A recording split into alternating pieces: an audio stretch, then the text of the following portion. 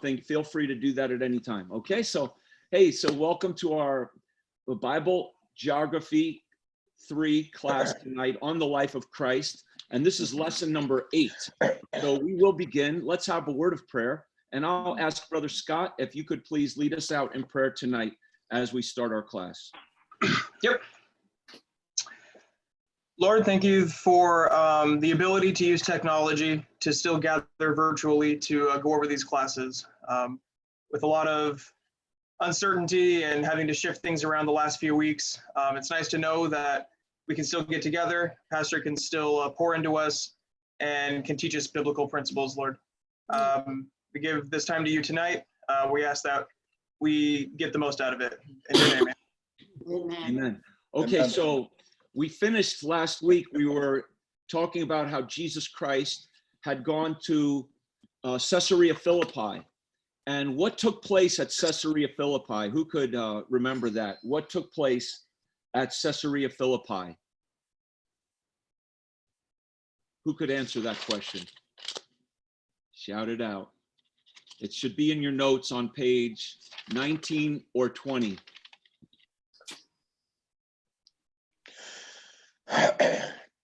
The transfiguration. No, that's what's going to happen next. What happened right before? What did Jesus do right before that? Where did he bring? He took the disciples to Caesarea Philippi and he asked them a question, a very significant question. And what happened there? Do you love me or something? Oh, is that Yen? Yeah. Yes, it's Yen. Oh, that's Yen. I'm just listening. Oh, yeah, that's fine. That's fine. No, not do you love me? That's after his resurrection.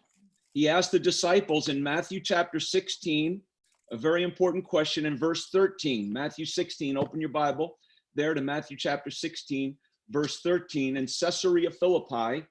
And you could see Caesarea Philippi on your map, on the map on the screen. If you look at Galantis, if you see Galantis and you see where there's 2 red arrows and you see Caesarea Philippi, that's where we left Jesus, right up there with his disciples. And he took them there because that area had been an area of great idolatry and the worship of demonic spirits at this, and we talked about it, at this cave. And this cave was literally called the gate of hell. And what did Jesus say there at Caesarea Philippi? What did he ask his disciples? Who do people say I am? Oh, I am. Right. Whom say ye that I am? And of course, Peter answered, thou art the Christ, the Son of the living God. And then Jesus says that the gates of hell, he would build his church and the gates of hell. So this was a very deep source of water, one of the sources of water for the Jordan River there at Caesarea Philippi. And so this is what we talked about last week. This is in your notes there on page 19 and 20. And if you look especially on point C, that Herod the Great built a temple in honor of Caesar in front of this gate of Pan. And the city was then renamed Caesarea Philippi. The cave of the gate was a deep pit. People came to worship the underworld there, and it was considered the gate of the spiritual underworld. And that's why it was significant that Jesus said that the gates of hell, not all the powers of Satan, will be able to prevail against this church. So that's good for us to know even at this time, where we kind of have to go underground, but the gates of hell are not going to prevail against the church of Jesus. So now look at verse 21. Peter got the question right. He said, thou art the Christ, the Son of the living God. Okay, so now they know who Jesus is. So what is Jesus really going to begin to focus upon doing in his teaching, now that they understand who he is, the true person of Christ? Who could read, please? Bailey, could you please read Matthew chapter 16 and verse 21 there? Matthew chapter 16, verse 21. Can you hear me? Yes, I can. Okay, 16 verse 21. From that time forth began Jesus to show unto his disciples how that he must go unto Jerusalem and suffer many things of the elders and chief priests and scribes, and be killed and be raised again the 3rd day. Okay, so that's a significant phrase in the book of Matthew. From that time forth. because the only other time it's used there, it was in Matthew chapter 4, verse 17, after his temptation. It says there, from that time, Jesus began to preach. So it's kind of like a hinge verse that really shows you from that time forth, Jesus now is going to focus on his work. They understand who he is. Now he's going to teach them what he's come to do. And that is to suffer, to be crucified, and then to be raised again on the third day. So that's a significant verse. So that leads us then from Caesarea Philippi on our map.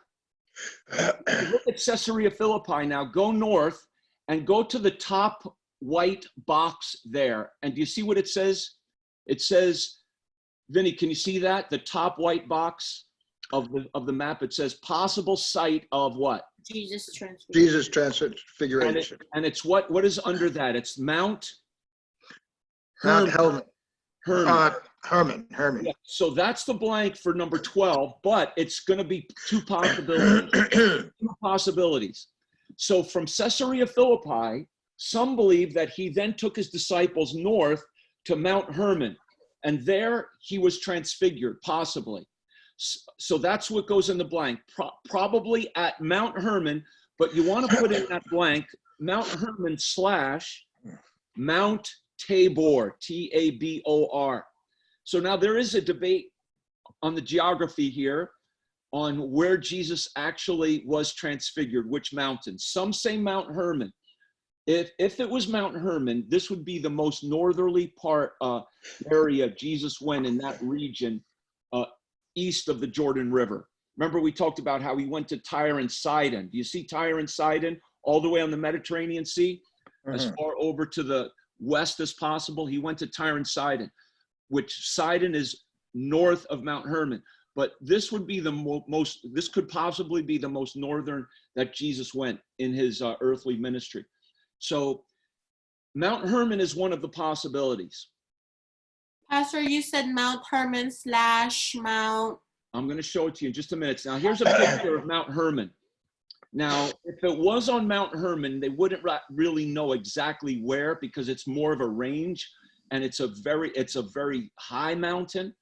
Now, some people say it couldn't have been Mount Hermon because when Jesus came off the mountain in Matthew chapter 17 and verse 14, if you look there, Matthew 17, verse 14, because of course Jesus went up the mountain, and who appeared with him? Moses and Elijah. And they told the disciples, the message was from God out of the cloud, hear him. And Moses and Elijah, they were actually talking about the death of Jesus too. Remember now, Jesus from that time forth was going to speak about his death and how he'd be raised the third day. And when they were on the Mount of Transfiguration, they actually spoke about his decease, it says in Luke chapter 9. But look at Matthew chapter 17 and verse 14. When they came off the mountain, in verse 14, it says they were come to the multitude. There came a certain man kneeling down. So it seems that almost as soon as they came off the mountain, that there was a multitude there. And Mount Hermon is a more remote area. So some people say it was Mount Tabor. Now, Mount Tabor, if you look back at the map, let me go back to this map. Find the Sea of Galilee. You see the Sea of Galilee, of course. And then go west toward the Mediterranean Sea. And just a little bit south, it's right in that red line that's going south. And you'll see Mount Tabor. Near West of the Sea of Galilee, almost at the bottom of the Sea of Galilee, go west and you'll see. Do you see Mount Tabor there? Yes. You see it all? Okay. Yes. So that would be the two possible sites. So some say it was Mount Tabor because as soon as Jesus came off the mountain, there was a crowd to meet him. And that would probably fit more with Mount Tabor than Mount Hermon. But, we're not really sure. But anyway, here's Mount Tabor. Now, if you go to Mount Tabor, there's only one place that Jesus could have been on the top of that mountain. It's like a mountain that sticks out like a sore thumb. in that part of Galilee. So here's a church. They built churches everywhere, you know. And this is more the traditional site. So more probably people would say that the transfiguration was on Mount Tabor. But the reason we talked about Mount Hermon is that's what the book says. The book does say that the transfiguration happened on, I can't remember exactly if he referenced it, but I just know it's on the map. And he does say on the map there, again, possible site. Okay, so any questions about that? Okay, so now here's what we're going to do. You see in your notes, after point 12, from Mount Hermon, he moved to Capernaum. Again, that could be Mount Hermon or Mount Tabor. You see letter B under there? Letter B, and then point 1, 2, 3, 4 under that? You see that, class? Mm-hmm. Cross it out.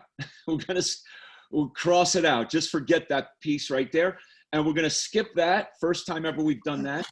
I'm going to pick that up later. Don't worry about it. We're going to cover all of that. But I want to go now to Jesus, to Jerusalem, because after then the Mount of Transfiguration, Jesus is going to move and go to Jerusalem. So go to John chapter 7. If you go to John chapter 7, please. Now remember, the other Gospels say very little about Jesus in going to Jerusalem on the feast days. But this would fit in right at this point that Jesus went to Jerusalem. So now we're in the fall of the last year of Jesus' ministry. This is still during his year of opposition. Remember the 3 years of Jesus' ministry. We said the first year was the year of Inauguration. Inauguration. The second year was the year of Popularity. The third year, the year of Opposition. So we're in there now. So he's going to go to Jerusalem in the fall. And the first feast he's going to celebrate in John chapter 7 is the Feast of Tabernacles. So that's in, you fill that in your blank there, letter C, point 1. So now, basically, in John chapter 7, and we read this here, the Feast of Tabernacles was at hand, John chapter 7, verse 2. And Jesus did not go down at first. And then in verse number 10 of John chapter 7, it says, and when his brethren were gone up, then went he also up unto the feast, not openly, but as it were in secret. Then the Jews sought him at the feast and said, where is he? So they were murmuring. And then verse 14, look what it says. Who could read? Ellie, could you please read verse 14? Now about the middle of the feast, Jesus went up into the temple and taught. Okay, so it was in the middle of the feast. So now Jesus has gone from Galilee, taken the 2 or 3 or longer day journey to Jerusalem. So here's a map of Jerusalem, and we could see the temple. Find the temple there. And do you see in the middle of the temple, it says what? What does it say right in the middle of the temple? It says, what's in there? The altar. See that? Yes. Now look all the way to the east of the temple. And where did Jesus go in the evenings to sleep? He went to the Mount of Olives, the Mount of Olives. So now that's a very prominent, important place in the life of Jesus. That's where he would go. At this time, he went to the Mount of Olives into the evenings, because it says, you know, he went into the temple. So he went in the temple, and then he went to the Mount of Olives. Who could read? Jenny, how you doing? Hi. Could you read, please, in John chapter 8, verses 1 and 2? Jesus went on to the Mount of Olives, and early in the morning he came again into the temple, and all the people came unto him, and he sat down and taught them.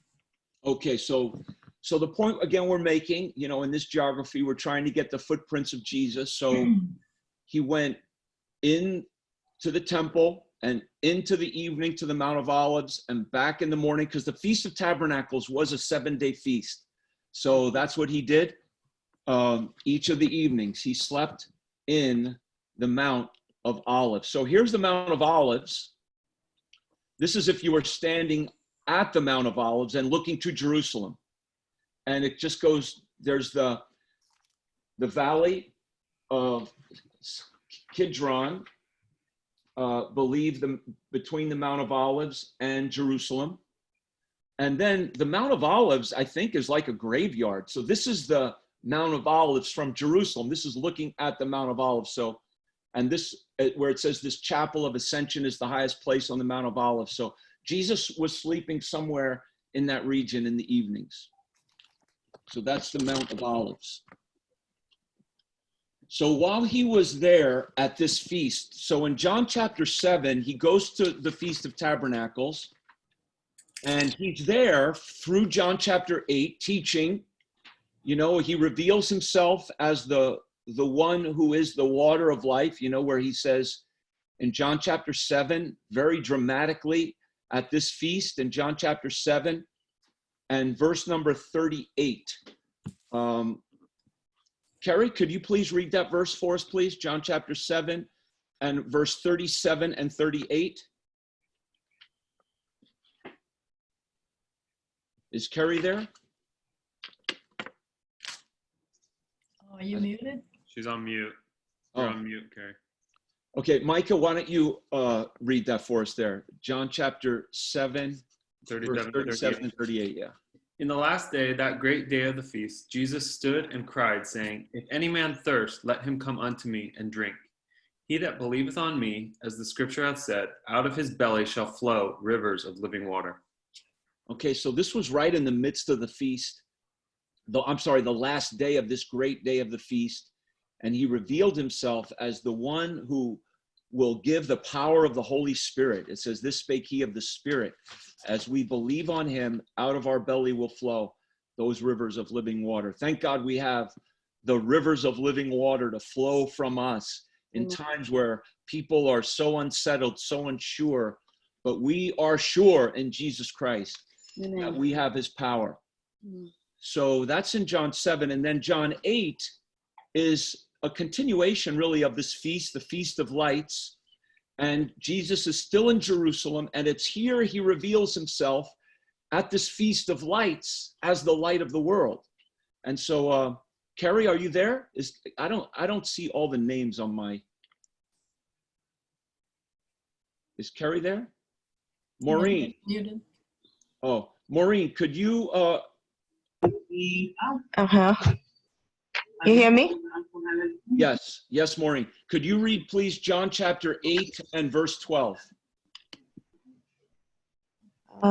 John 8:12. Then spake Jesus again unto them, saying, I am the light of the world. He that followeth me shall not walk in darkness, but shall have the light of the life. Okay, very good. All right. So there Jesus reveals himself as the great I am. I am the light of the world. That he's the one who spoke from the burning bush. He is the great I am, who is the eternal self-existent God. So that's his message throughout John chapter 8, where he says also in verse 23, I am from above. I am not of this world. And verse 24, he says, if you believe not that I am, you shall die in your sins. So he says he's the I am over and over again. In verse 28, he says, when you shall have lifted up the Son of Man, then shall you know that I am, that he is the one who spoke from the burning bush, Jehovah. He was revealing himself clearly to be Jehovah, manifest in the flesh. And that's why verse 40, what do they seek to do? Of John 8, they seek to what? Kill him. Yeah, kill him. And then at the end of his discourse here, in verse number 58, Kerry, there you are. Could you read for us, please, John chapter 8, verse 58? I'm in class, so.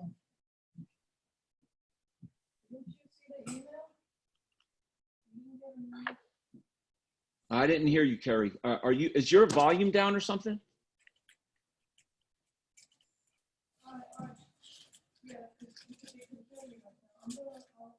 Anyway, okay, so Joni, could you read that for us, please? Joni, do you have John 8:58? Yes, Pastor. John 8:58. And Jesus said unto them, Verily, verily, I say unto you, before Abraham was, I am. Okay, so now they pick up stones to do what? Stone him, to stone him. So they try to kill him. This is not the first time they tried to kill Jesus. Remember, they tried to throw him off a cliff in Nazareth.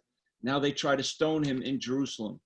Okay, so then in John 9, as Jesus passed by from that almost death scene, he meets this man who was born blind, and he makes a mud pie with his hands.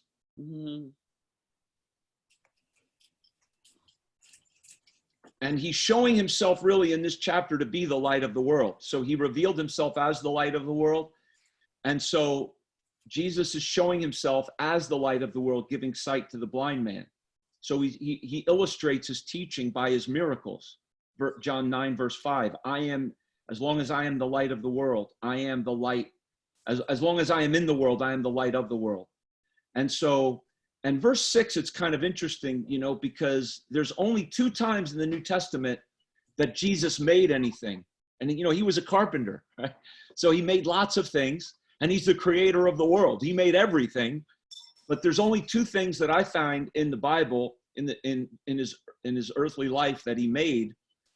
And one of them is in verse 6 of John 9. What did he make?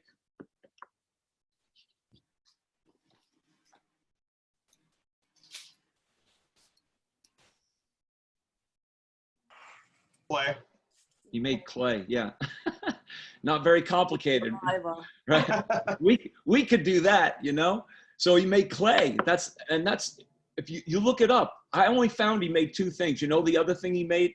He made a scourge to drive the money changers from the temple in John chapter 2. He made a scourge, and he made a mud pack for this man's eye. And so then he told him to go and wash in the pool of where?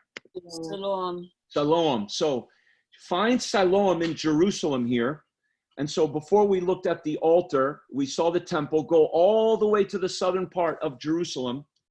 And you see the water gate, and right under the water gate is a pool. There's a pool of water. And then right to the left of that, you'll see Lower city. the lower city, in the lower city, Siloam pool. So there's the pool of Siloam. So that's number 3. He heals the man born blind, who then goes to the pool of Siloam for that healing, to wash it out. And I found the pool of Siloam. Let's see, where'd it go? Oh, here's the pool of Siloam. Couple pictures. And then maybe this is the very pool where that guy went to clean the mud out of his eye. That's quite a sight. I think that would be quite a picture of a man walking across town with mud in your eye. What are you doing? Why are you doing that? Jesus told me to. So he obeyed the Lord, and of course, he took a stand for what Jesus did for him and that whole story, and he ended up being excommunicated. Okay, so Jesus in Jerusalem. Now, after this feast, and it even goes through John chapter 10, still in Jerusalem, all the way to verse 20, at the end of verse 21 and verse 22. Now notice this break. This is a break. So who has that John chapter 10 and verse 22? And Micah, could you please read that for us?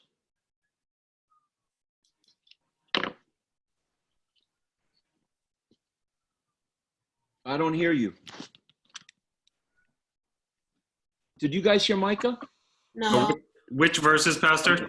10:22. John 10:22. Yeah, there you go. And it was at Jerusalem, the feast of dedication, and it was winter. Okay, so now it's a different feast. So this is so Jesus in Jerusalem. This is what I want you to remember here.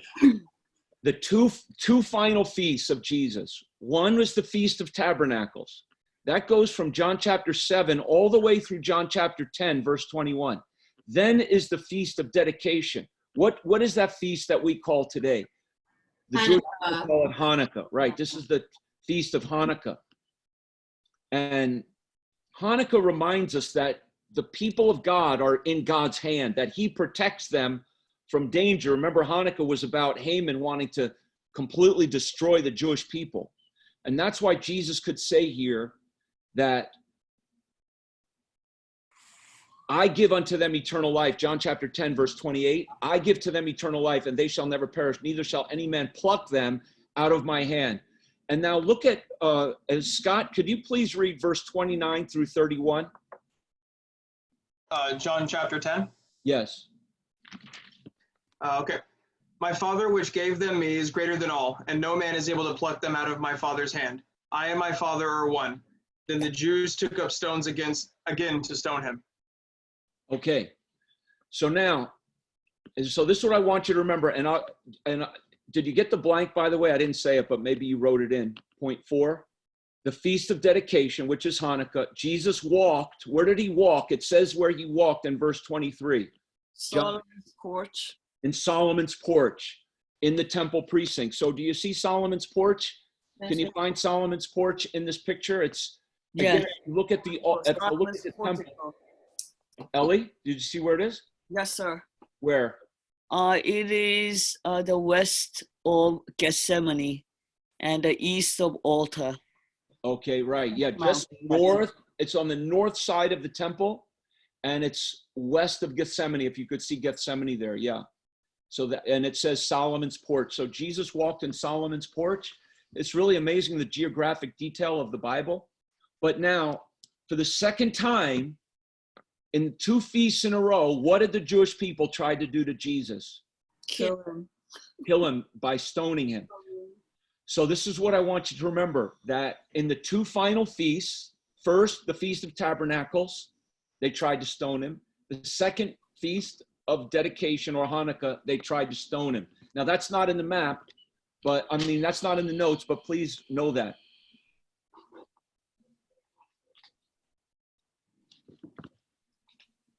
Okay, so then it says at the end of John chapter 10, verse 39 through 42, and I'll read this. It says, therefore they sought again to take him, but he escaped out of their hand.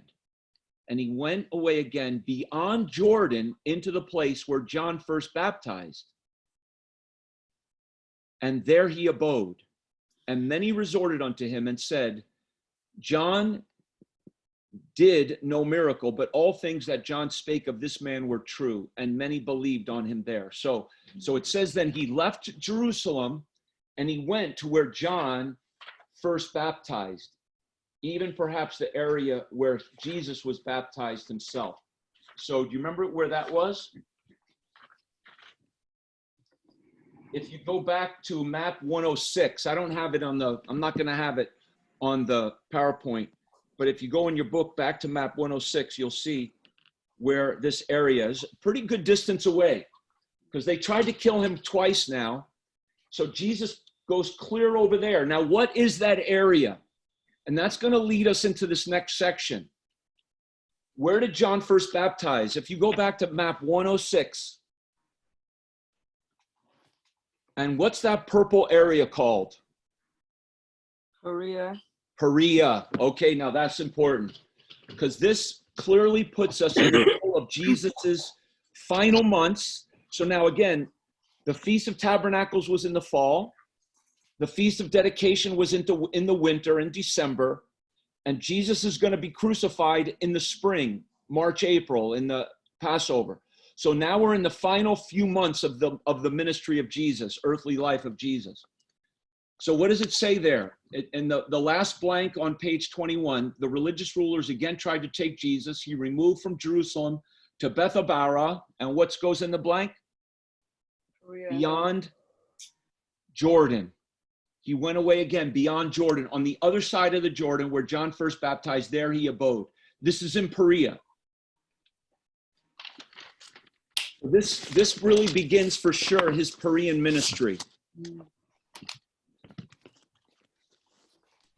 Okay, now do you guys have the next notes? Do you have page 22? Kerry, do you guys have that? Did you? Oh, you do? Okay. All right, so let's go to page 22 in your notes. And I'm going to ask Bailey, could you read the bullet point on there on page 22 where it says the Perean ministry began? The Perean ministry began either when Jesus traveled to Jerusalem for the Feast of Tabernacles in the fall, or perhaps he returned to Galilee after that feast and returned to Jerusalem for the Feast of Dedication in the winter. After the Feast of Dedication, it does not seem he returned to Galilee. The Perean ministry was after John chapter 10. Okay, so we'll get more into this to try to explain when exactly the Perean ministry began. So what I'm saying here is, in John chapter 7, as we were just looking, how Jesus was in Galilee and he went from Galilee down to the Feast of Tabernacles. The question is, did he go back or did he just stay in that region of Jerusalem from there? Did he ever go back to Galilee again? So his Perean ministry began either when he traveled to Jerusalem for the Feast of Tabernacles, or perhaps he returned after the Feast of Tabernacles to Galilee and then returned back to Jerusalem in December for the Feast of Tabernacles, for the Feast of Dedication. But this much I can say for sure. After the Feast of Dedication in John chapter 10, where it says he resorted in Perea, he did not go back to Galilee. Okay, so let's start with this Perean ministry of Jesus. And this on page 22, the Perean ministry of Jesus. That's letter A. The Perean, and it's spelled P-E-R-E-A-N, Perean ministry.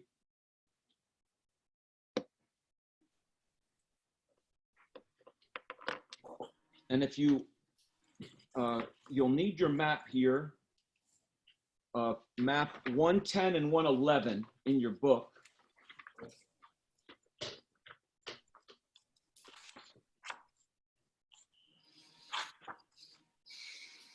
Okay, so now look at your book here as well. And look what it says just about the Perean ministry.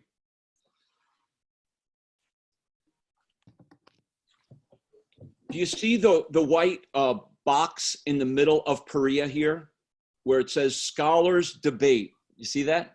Yes. What do they debate? The extent Of the Perean ministry. Yeah. So there's debate about this. So we're going into some area where, again, there's going to be some questions, but I'm going to try to unravel a few things. And if you have questions, please feel free. I hope I don't lose you on some of this. So generally, the Perean ministry is covered in these chapters of the Bible. Do you see? 2 chapters in Matthew 19 and 20. 1 chapter in Mark chapter 10. But look how many chapters in Luke. 10 chapters. So Luke focuses in on the Perean ministry of Jesus Christ like none of the other Gospels. And John 11, which is the raising of Lazarus, through John 12, that would be the Perean ministry of Jesus. But let's just focus in on Luke for a minute because Luke covers it. Number 1, this passage contains some of the best known literature, that's the blank, literature known to man. I mean, think about this. It's only written in one place, but some of the best known literature, like the story of the Good Samaritan. It's only found in Luke chapter 10, the Perean ministry. The story of the prodigal son.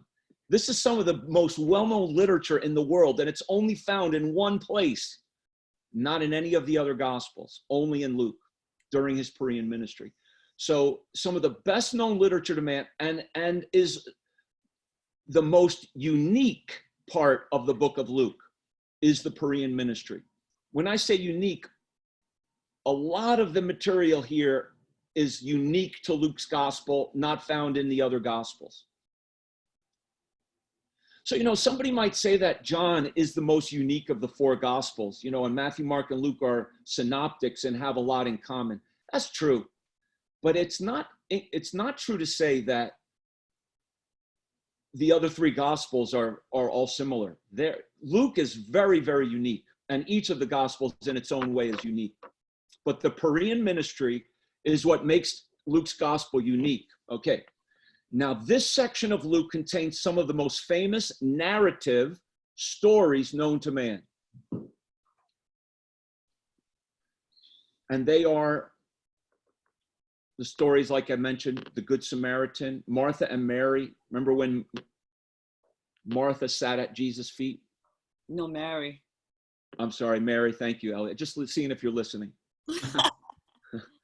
The rich man and Lazarus, found nowhere else. The rich young ruler, now that's in other gospels, but that story is in this ministry period as well. So famous stories, meetings that Jesus has, or stories that he tells. And I'm not sure if the Good Samaritan is a parable. Some say it's a parable, some say it's an actual story that happened. I'm not going to debate that for now. Let's just say it's a narrative. But then Luke also writes 21 or about 21 of his 27 parables. This point three, he writes 21 of his 27 parables in this section. And some of these parables are unique as well to gospel literature, like the friends at midnight, the parable of the lost things, which includes the prodigal son, the widow and the unjust judge, and there's other parables, like almost 21. So I'm not going to list them all, of course. Then number 4, he performed great miracles during this time. And 2 of the miracles unique to Luke's gospel, again, not found in any other gospel, is the healing of the demoniac woman, that woman demonized in the temple, and the healing of the 10 lepers. Remember the healing of the 10 lepers, and only one turned back to give him thanks. Okay, so are you with me? Yeah. So we have famous narratives, famous parables, great miracles, and then number 5, famous discourses or teachings. Discourse, another word for teaching. He teaches on prayer. He gives the Lord's Prayer in Luke 11, teaching on discipleship in Luke 14, teaching on the coming kingdom. But now, here's what I really want you to remember here. Although I want you to know a couple of these things, what's so significant about the Perean ministry, I do want you to know that it's unique, and maybe even a couple of the stories there of narrative literature, the parables, the miracles, his teachings. But here he sends the 70 on a mission. That's number 6. Jesus sends out the 70 on a mission in this Perean ministry. Okay, so again, let's try to keep and this is really, we're not getting into the details, but we're trying to get an overview. So an overview, remember we talked about the 3 Galilean tours? The first Galilean tour, we said he really was focusing upon what in his message, is his message, the Sermon on the Mount. Sermon on the Mount. Then we said in his second Galilean tour, he focused on what in his preaching? He introduced the parables, the parabolic teaching method. And then we said in his after his third Galilean ministry, I think Yvonne just joined us on her phone. I did. Hi. Okay. So on his third Galilean ministry, we said after that, remember what he did? He sent the disciples on an evangelistic tour without him, remember? So I want you to know that about those 3 Galilean tours. But now on his Perean ministry, what does he do on his Perean ministry? He sends out who? The 70. Okay, so Jesus's ministry is expanding. He's taught his disciples how to preach in the Sermon on the Mount and the parables, and through his miracles and dealing with everyone and everything.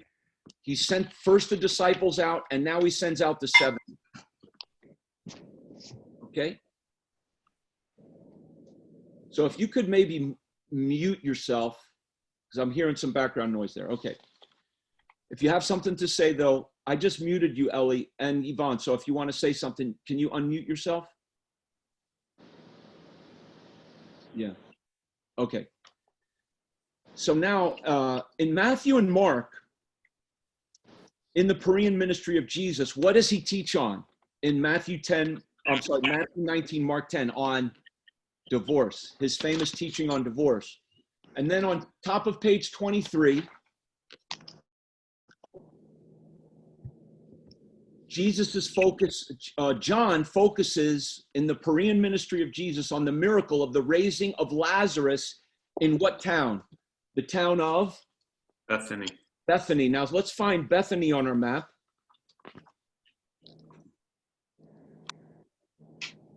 Let me go back to my screen here.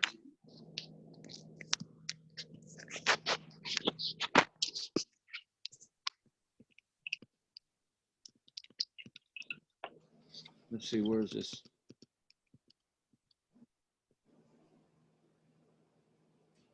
Okay, so find Jerusalem. You see Jerusalem in the middle of Judea? And Bethany is just outside of Jerusalem, very close. So Jesus healed Lazarus in Bethany, and I believe that he was in Perea, so he came from Perea. Remember, look, for example, look in John chapter 11, and verse 1, it says that Lazarus of Bethany was sick. And then in verse 6, it says, when he heard, therefore, that he was sick, he abode 2 more days. So then he went, after 2 days, he went to Bethany. And when he got there, how long had Lazarus been dead in verse 17? 4 days. 4 days. So I believe that he had been in Perea and came from Perea to Bethany. And that's important in a way because some people think if he was up in Galilee, that wouldn't give enough time, I don't believe, from him to go in that 2-day time all the way from Galilee to Jerusalem to Bethany.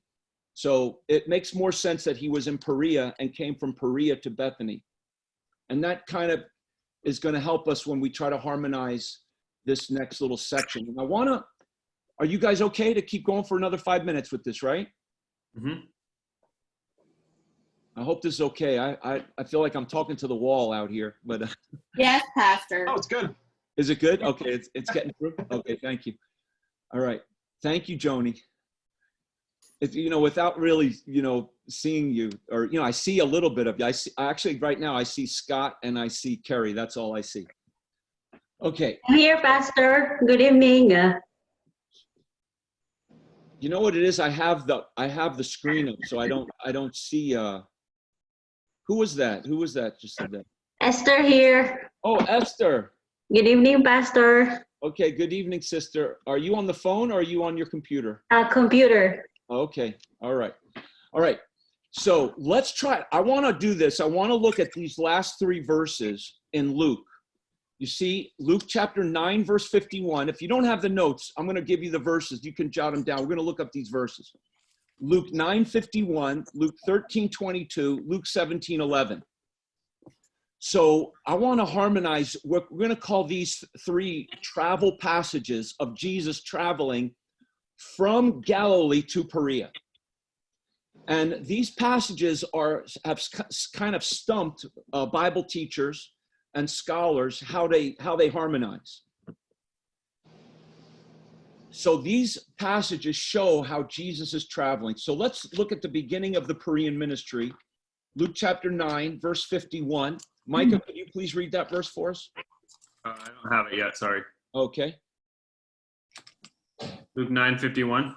Yep. And it came to pass when the time was come that he should be received up, he steadfastly set his face to go to Jerusalem. Okay. So where was he going? To Jerusalem. So that's letter A. So he's going to Jerusalem, but it's only Luke chapter 9. He's got a lot of earthly ministry to go. I mean, at least a few months, but from Luke 9 all the way through chapter 19. Now he's going to go, and it tells us he steadfastly sets his face to go to Jerusalem. But what city is he going to go through in verse 52? Luke 9:52. Village of the Samaritan. He's going to go through Samaria. And here he will be rejected. He'll be rejected. Remember, the whole city had come out to him earlier in his ministry with the Samaritan woman, but now they're going to reject him. But now look at your map here again. It's map 110. And look at the red line here. So this is his line. He's going to take this line through Samaria, because he clearly goes through Samaria in Luke chapter 9, verse 51. And he's going to overcome the rejection in Samaria. Now look at Luke 13. Go to Luke 13 and 22 to 25. 22 to 24. And I'm going to ask Jenny, there you are. Could you please read Luke chapter 13, verses 22 to 24, please? And he went through the cities and villages, teaching and journeying toward Jerusalem. Then said one unto him, Lord, are there few that be saved? And he said unto them, strive to enter in at the strait gate. For many, I say unto you, will seek to enter in, and shall not be able. Okay, so whereas before we saw clearly he went through Samaria, what does it say he goes through here? He goes through what? The cities and villages. Exactly. So that's the blank, number 2. He goes through the cities and villages, and his focus, what I see in those verses, is he's teaching salvation. He's teaching, strive to enter into that strait gate. Now that reminds us again of the Sermon on the Mount, which he had done early in his ministry. So that shows us that Jesus did often, he would repeat his sermons, so to speak. Okay. So he went through the cities and villages teaching salvation as he was. So what I'm saying here now is his travel from Galilee to the region of Perea. He goes through Samaria. He goes through the cities and villages. And now look at Luke 17. Luke 17, and beginning at verse number 11. We won't read that whole story, but verse 11, Luke 17. And verse 11 and 12. And Scott, do you have that for us, please? Yep, 11 and 12. Yes. And it came to pass as he went to Jerusalem that he passed through the midst of Samaria and Galilee. And as he entered into a certain village, there met him 10 men that were lepers, which stood afar off. Okay, now, so look where that verse says he's going through. Where is he going through? Samaria and Galilee. Now think about this. He already left Galilee in Luke chapter 9. And now we're in Luke 17. And Luke now says here he's going through the midst of Samaria and Galilee. So it's like he didn't get anywhere. So that's the problem of the harmonization here. You see it? Yeah. Okay. So it's a little sticky of an issue. So I bring it out to you. But here's the thing. In each of those verses, what's the theme? What's the emphasis? What is apparent, and what city appears in each of those 3 verses we just read? Jerusalem. Jerusalem. So the key point here is his focus is going to Jerusalem. Now, what is he going to do in Jerusalem? He's going to die. Yeah. So remember what we had said from that time of the Mount of Transfiguration, which is right before the Perean ministry. Luke chapter 9, at the beginning of Luke 9, is the Mount of Transfiguration, and now at the end of Luke 9 is the beginning of his Perean ministry. So his focus is like a laser beam that he knows he's going to die. Mm.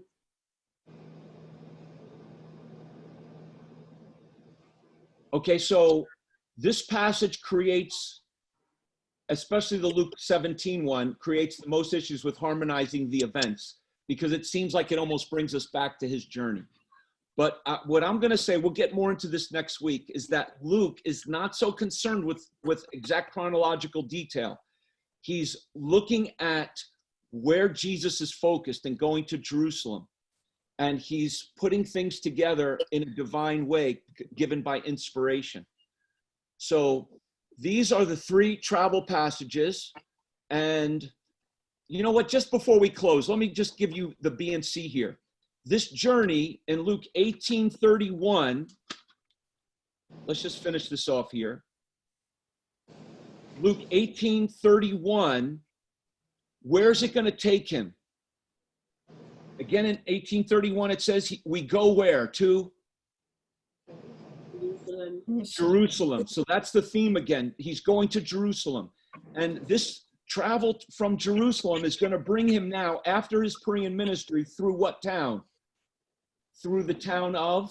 Samaria. No. 1835. 1835. Luke 1835. Jericho. Jericho. That's right. And who is he going to meet in Jericho? He's going to meet first the man blind, the blind man Bartimaeus, as he's entering into Jericho. And then look at chapter 19, verse 1. He's passing through Jericho, and there he meets Zacchaeus. And then in Luke 19:11, what does it say there? And as he heard these things, he added and spake a parable because he was nigh to Jerusalem. So now he's arriving in Jerusalem in Luke 19:11. So just look at your map. Look at the map again on page 110. And then we'll be done. We're almost done here.